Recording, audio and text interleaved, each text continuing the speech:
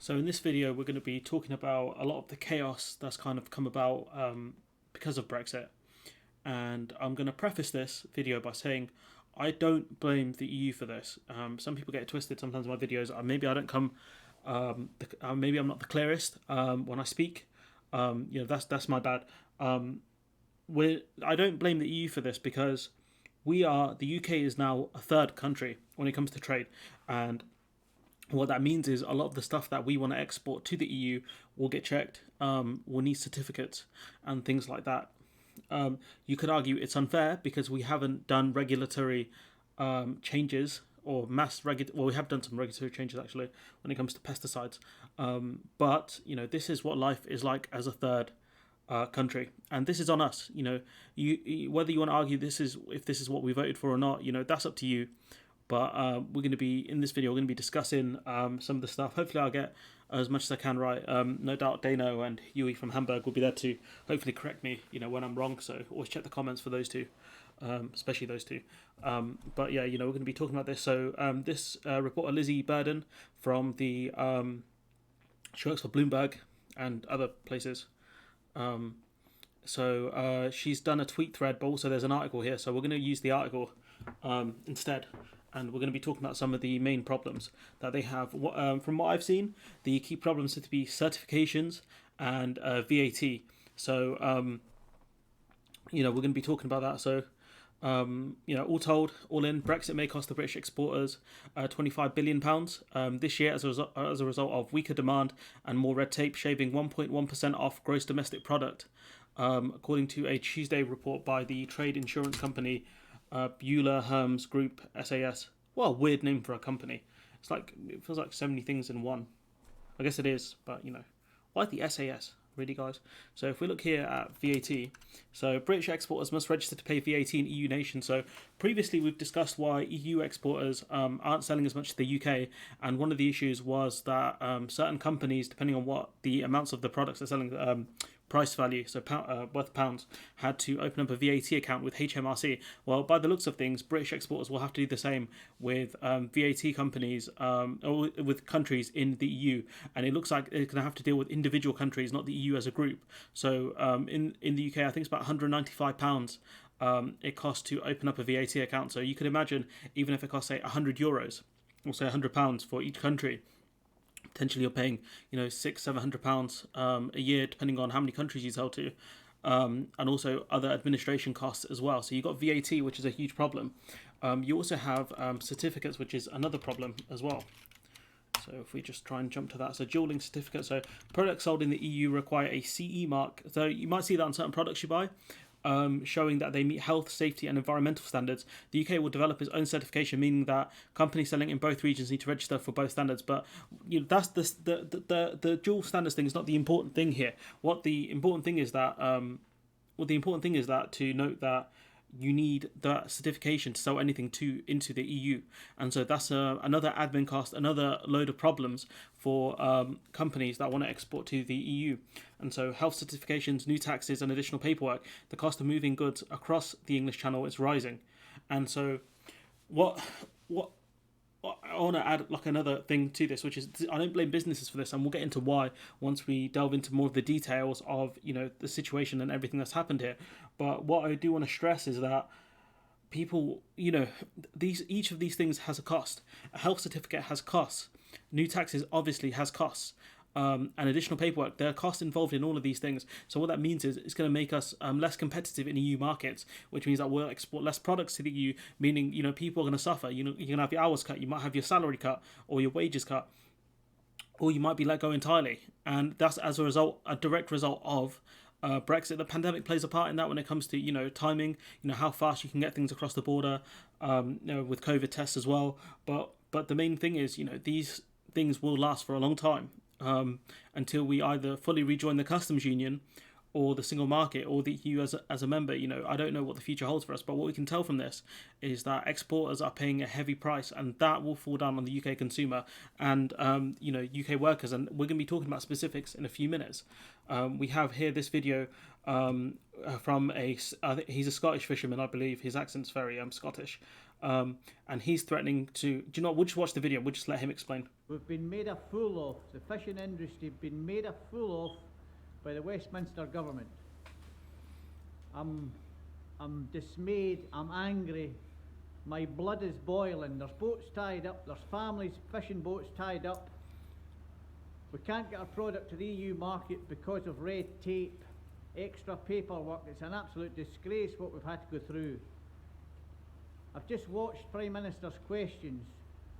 Ian Blackford for Sky and Lochaber's just asked and told the Prime Minister about a £40,000 loss of one of his constituents in Sky and Lochaber.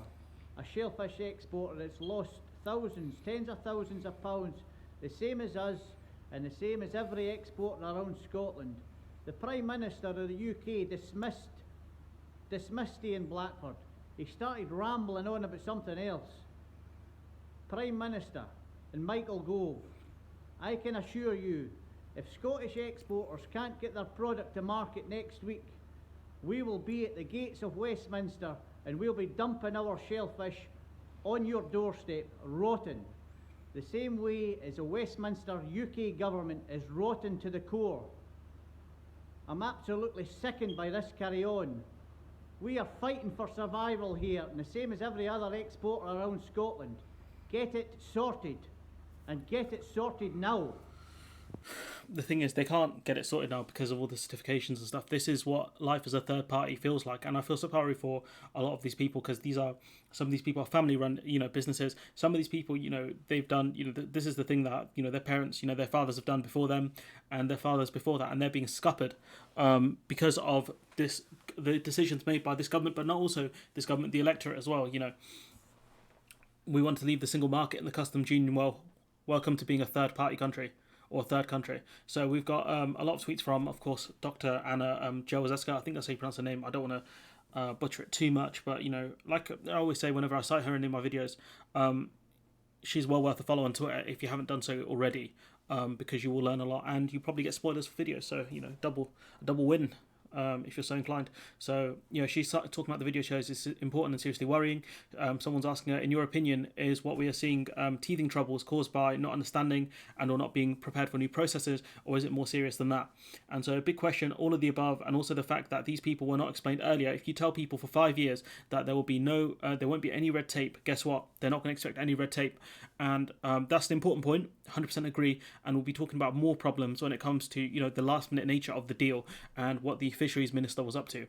And so it goes on here, she's carrying on talking. This is, quote tweeting someone else here. She's talking about, I've been wondering what to call the feeling that a lot of us get when reading about the current disruptions. And I think it's best described as disbelief that it came to this when all of it was so predictable, and that this is the nature of being a third party country. I think that's what she's talking about here.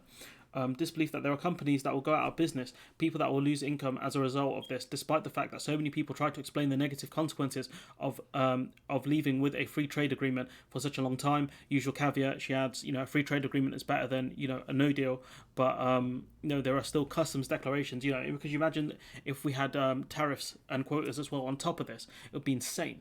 And she kind of clarifies a bit more.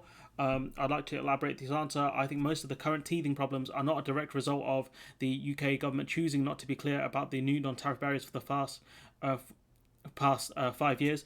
These are niche issues, but not that niche. It was a clear choice to pretend like they don't exist and focus on the sunny uplands. HMRC and DEFRA have done a fair job of trying to communicate the upcoming changes in the second half of 2020. Perhaps the tone could have been more urgent, but by then it was too late, plus everyone was preoccupied with COVID. 5 years of fantastic tariff-free deal. Throw your paperwork in the bin. That's something we'll be talking about in a minute. Give a call and other such. I don't know what to call it. Propaganda. I think that's a fair shout. Where was the look? We voted for this thing. Things will change. There will be new barriers, and we all need to adapt. He says we've been made a fool of, and I'm pretty sure the reason he feels that way isn't necessarily that there were new barriers, but that the industry wasn't ready for them because they weren't informed. And that goes for a lot of industries as well. If you keep telling people there won't be any red tape, that the deal you sign means no non-tariff barriers, don't be surprised they are seriously ticked off when they realise that none of it was true. A classic example of overpromising and underdelivering, something Boris Johnson specialises in, which is never a good idea. It still gets me, and I still get upset because it could have been handled so much better. Same with COVID, it didn't have to end up being this way, and it's just a real shame. So yeah. That's if you haven't followed her already, you should really follow her. She's very educational when it comes to trade and borders and stuff like that. It's what her I assume her PhD's in, and I've learnt a lot just following her on Twitter, and you can't say that about a lot of people. So we keep going.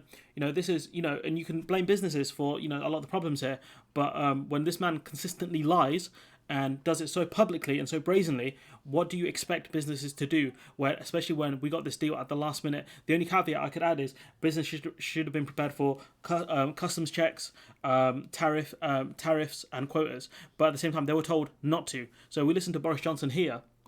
There will not be checks. There will not be checks. I speak as the Prime Minister of the United Kingdom and a There will not be checks, okay? passionate unionist. There will not be checks on goods going from Northern Ireland to Great Britain. Because we're the government of the United Kingdom and we will not institute or implement or enact such checks. And the idea that potato crisps from Candra Key Castle are going to be by some process, it's just nonsense. So actually Northern Ireland has got a great deal. It's got a great deal. You keep free movement, you keep access to the single market, but you also have, as it says in the deal, unfettered access to GB. And Okay, unfettered access, yeah. Okay. And let's EU Brexit. Edwin Poots warns of crisis over food supplies.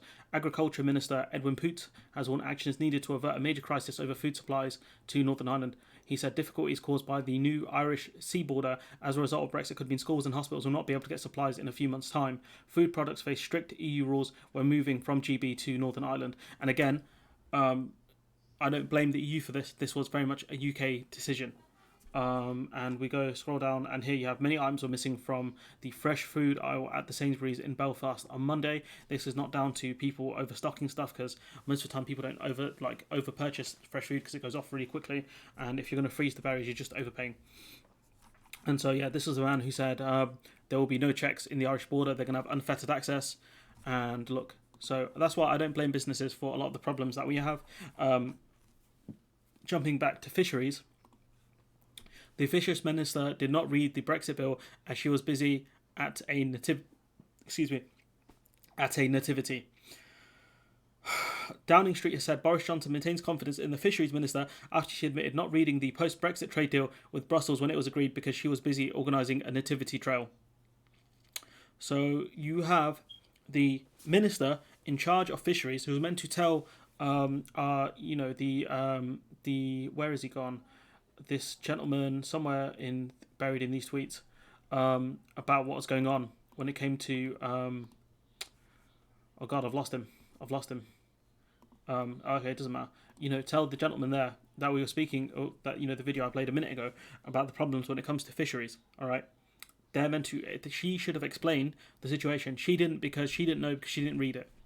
Okay, it would have been extremely last minute. If you think about it, Christmas was the 25th, so it's not even been a month since Christmas, and so she would have had to explain to these people very quickly that there will be no quotas, but there will be customs declarations and also health certificates needed. So we have another example of a minister not being able to do their job. So she should resign. Or she should have been sacked by now. But Bojo the Wonder Clown won't do it because he loves dither and delay. That should be his motto.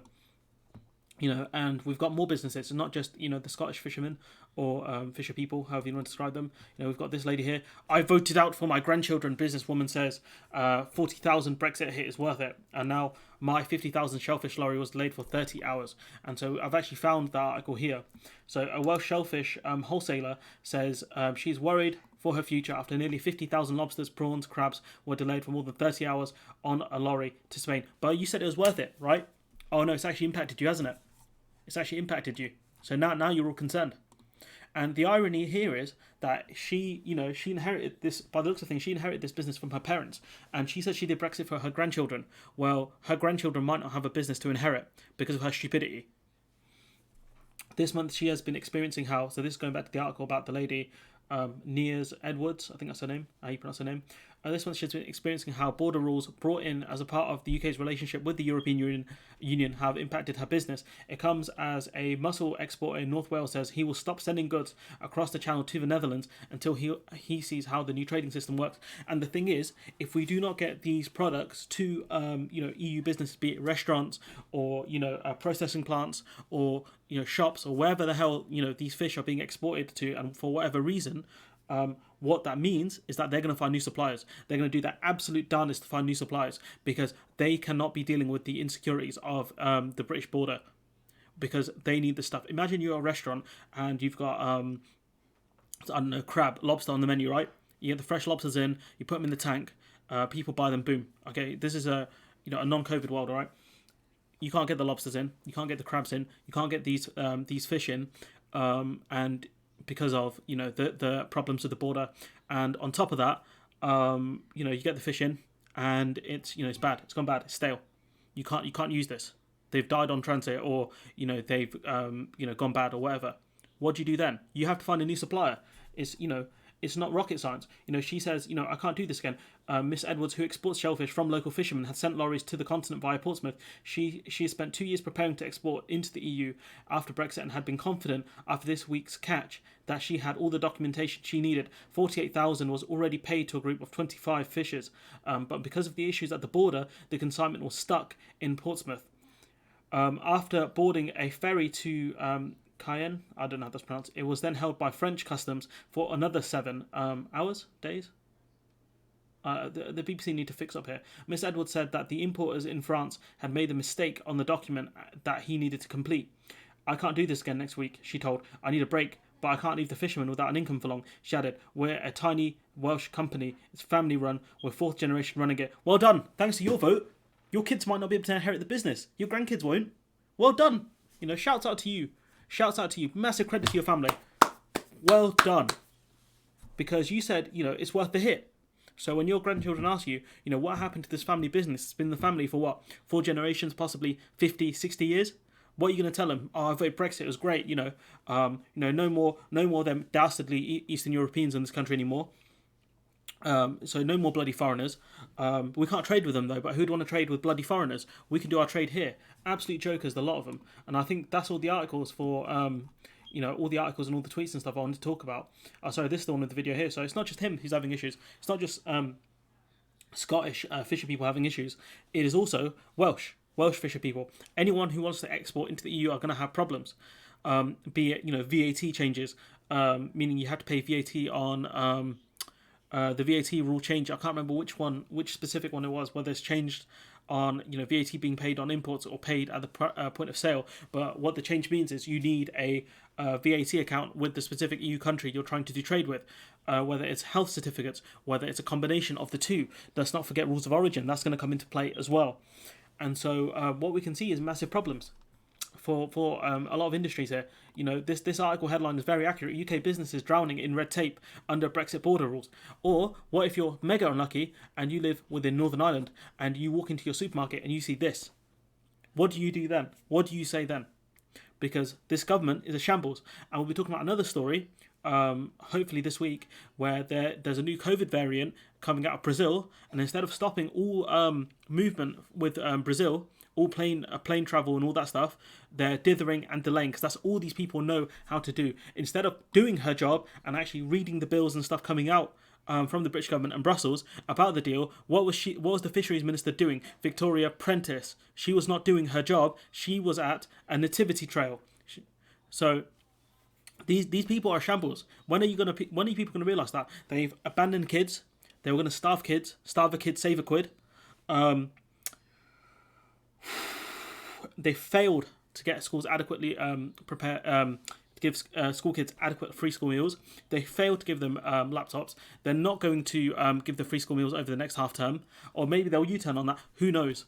At this point, they don't know how to prepare for anything. They did that and delay until the last minute. They're a uni student trying to write their dissertation in the last 6 hours of the deadline. That's who these people are. absolute failures, the lot of them. And before I blow a gasket, I'm going to leave it there. Hopefully, all the usual suspects watch this video. Dano and Yui from Hamburg, and they give your input as well. It's always valuable to me. As I said, final thoughts are, if you haven't followed Dr. Anna Jewazeska now, follow her, because you will learn a lot. Honestly, you will learn a lot. I have, over the last few months. I'm going to leave it there. Let me know what you think in the comments below. Like, comment, share, subscribe, and hopefully I'll see you in the next one.